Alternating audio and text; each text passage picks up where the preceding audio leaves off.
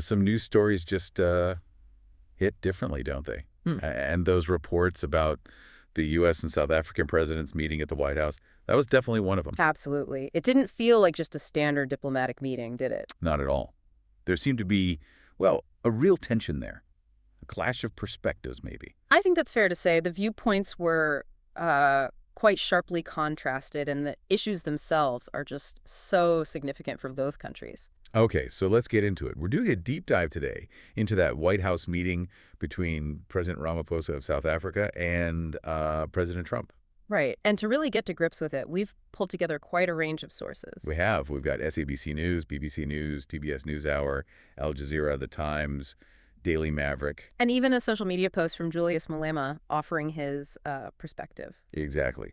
So the mission here is really to understand what the key issues were, how different sources are framing them. And importantly, what this all might mean for the U.S.-South Africa relationship and, for you listening. Okay, so the issue that just jumped out immediately, didn't it? President Trump's repeated claim about a genocide against white farmers in South Africa. Yeah, that definitely set the tone. It's a term that carries immense weight. And for the U.S. president to raise it directly with the South African president, given the history, it's It significant. really is. It couldn't not introduce tension. And President Ramaphosa's response, according to the sources, was quite firm. He denied it. Strongly denied it. He made the point that crime is a serious issue affecting all communities in South Africa. Right. And tragically, that Black South Africans are the majority of victims, which paints a very different picture. And there was more than just words, apparently. There was a video. Yes, several sources mention that. President Trump reportedly presented a video. Showing what? Apparently, Julius Malema singing Kill the Boer, and also images of those white crosses, the Witgruis Monument. Ah, okay. Now, context is crucial there, isn't it? The Times pointed out those crosses represent all victims of farm attacks since 1990. Exactly. Black and white victims. And Yes. they aren't actual grave sites. That distinction is huge. How the same image can be, well, framed so differently. It really highlights how symbols can be used to support very specific, and in this case, quite contested narratives. And speaking of Malema, you have to look at his reaction to all this. Oh, absolutely. He went on X, basically called the whole Washington meeting gossip. He did. And just doubled down on his party's stance. Land expropriation without compensation. No room for doubt there. It really shows you the domestic political angle in South Africa, doesn't it? How these international meetings are viewed back home. Definitely. And the deep emotions tied up in that land issue. The BBC report gave some good insight into how Trump's claims landed. Mm. They noted that some right-wing Afrikaner groups, like the Solidarity Movement, were, well, quite pleased Trump brought it up. Right. They saw it as validation. But others, like the Afrikaner political columnist Peter du Toit, felt it was based on exaggeration, hyperbole, and misinformation. So a real split even within the Afrikaner community's commentary.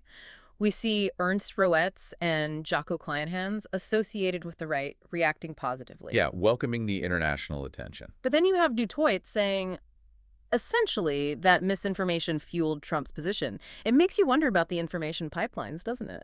It does. And importantly, the Times reported something quite significant on this. What's that? That no political party in South Africa, including those representing Afrikaners, actually claims there's a genocide happening. That is significant. It suggests the genocide narrative, while maybe resonating internationally in some circles, isn't really reflected in the mainstream political discourse within South Africa itself. And to bring in some numbers, we looked at the Transvaal Agricultural Union stats. That's a mainly Afrikaner farmers union. Okay, what did they show? Their data shows farm murders have actually decreased in recent years. And crucially, they make up less than 1% of all murders in the country. It's less than 1%. That context is vital. It supports Ramaphosa's point, really, that it's part of a much wider, tragic problem of violent crime affecting everyone. Okay, let's shift gears a bit. The other huge issue, land expropriation without compensation. Right. President Trump raised concerns about that, too. And Ramaphosa's explanation. He framed it as not being official government policy to just confiscate land wholesale. He stressed that land redistribution is the goal to address past injustices. But he also pointed out that South Africa is a multi-party democracy, so different views exist and are debated. SABC News used the term misplaced claims when reporting on Trump linking the murders directly to land confiscation. Implying a causal link that isn't necessarily there, or at least isn't proven. Yeah.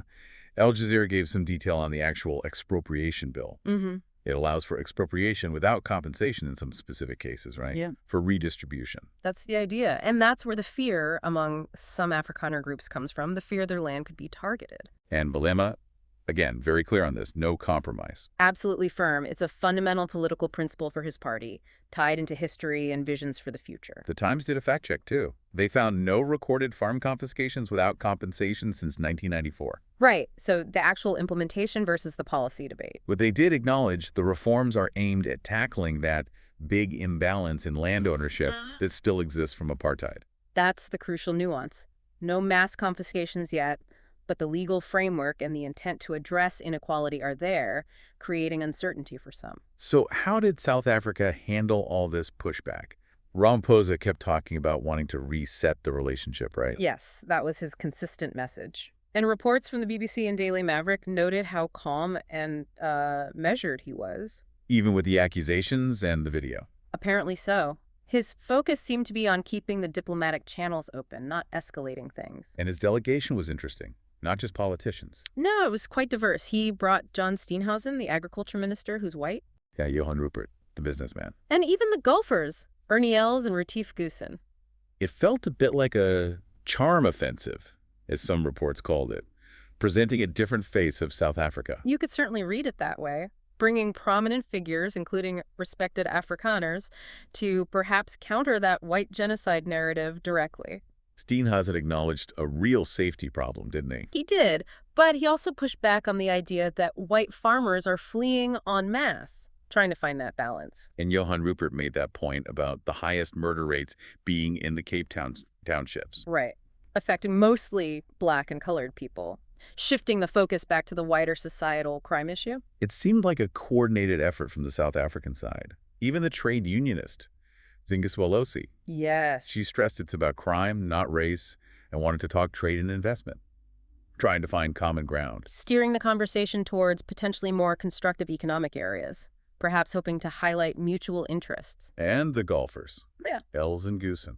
They talked about patriotism, but also voiced concerns about farm safety, a bit of a delicate line they walked. Goosen shared a personal story too, didn't he? Daily Maverick reported that. He did, and while reflecting genuine concerns, you could argue it might have, perhaps unintentionally, given some weight to Trump's narrative. Okay, let's look at the U.S. side more closely. The policies and actions. This gets quite complex. It does. PBS NewsHour reported on that executive order from February. The one cutting U.S. funding. Yes, citing anti-white policies and an anti-American foreign policy in South Africa. That was a big move. A definite shift in U.S. approach, linking aid directly to these issues. And then there was the refugee situation. The U.S. took in 59 white South Africans as refugees, based on persecution claims. Al Jazeera and The Times reported that. Yes, under a special relocation plan, which is, well, quite notable given the administration's general stance on refugees at the time. It seemed very specific, didn't it, targeting this particular group? It did, and Deputy Secretary of State Christopher Landau specifically welcomed them, emphasizing this narrative of persecution. But not everyone agreed with that fast-tracking. Human Rights Watch raised questions. Bill Frelick, yes. Al Jazeera reported his comments questioning the process, pointing out they weren't, fleeing camps and had historical links to the apartheid system. It raises questions about consistency in refugee policy, doesn't it? And potential political motives. Absolutely. What criteria are being used? Who gets protection and why? The Times also mentioned Trump getting annoyed about a question. Something about a Qatari jet. Apparently so. He reportedly saw it as trying to distract from the white genocide issue, which suggests how central it was for him. A key focus, definitely. Either a strong personal belief or a strategic political emphasis. And he wouldn't commit to the G20 summit in South Africa either, according to the Times. No, which could easily be seen as a diplomatic slight, not a positive sign for the relationship. Al Jazeera talked about a triple whammy for South Africa's economy from the U.S. Yeah, that was quite stark. The aid cuts. Then more aid cuts linked to the racial discrimination claims and the ICJ case. And then tariffs. Right, tariffs on South African goods and vehicles. Those have real-world economic impacts, potentially quite significant for trade. And the big one, AGOA, the African Growth and Opportunity Act. Its future seems uncertain. Very uncertain under Trump. And AGOA is crucial for South Africa at offering that duty-free access to the U.S. market. Losing that would be a major blow. So beyond the farm issue and land, there were other tensions too, weren't there? Oh, yes. South Africa taking Israel to the International Court of Justice over Gaza. Accusing Israel of genocide. And the U.S. strongly opposes that case. That's a fundamental foreign policy clash. South Africa's stance on Palestine versus the U.S.'s strong alliance with Israel. And then there's South Africa's position on Russia-Ukraine, neutral, plus its BRICS membership. Right. Seen by some in the U.S. as positioning South Africa outside the Western sphere of influence, maybe feeding into that anti-American foreign policy label Trump used. Even Elon Musk got involved. He did, sharing that white crosses image. And claiming his Starlink project had trouble in South Africa because of black empowerment laws. Adding another voice, a prominent business one, to the mix. Although South African officials disputed his claims about Starlink, it just adds another layer to the discussion about race and business there. But it wasn't all negative, was it? Daily Maverick pointed to some cooperation. Yes, thankfully. Progress on brokering a ceasefire in the DRC, for example. Showing that even with major disagreements, there are still areas where U.S. and South African interests align, like regional stability. Exactly. And Ramaphosa was pushing hard for AGOA renewal. Still trying to keep those economic ties strong, despite everything. Absolutely. It shows how vital that trade relationship is for South Africa. And SABC News mentioned ongoing talks at the trade and industry level, too. Suggesting that below the presidential level, perhaps, there's still work getting done, dialogue happening, some basis for continued engagement. So wrapping up this deep dive then, it's pretty clear this meeting really laid bare some deep divisions. Definitely. Very different narratives about what's actually happening in South Africa. The whole U.S.-South Africa relationship feels like it's in a really complex, maybe even precarious place right now. I think that's accurate. Our sources show this whole spectrum, don't they? From claims of genocide and persecution. Just strong denials and explanations rooted in crime, inequality, and history within South Africa. And it's just so important as you listen to take in that full range of perspectives to really form your own understanding. It really leaves you wondering, doesn't it?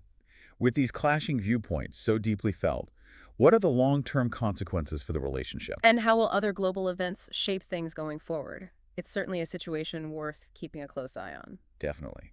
We encourage you to keep thinking about these issues, consider all the factors, as this whole story continues to evolve.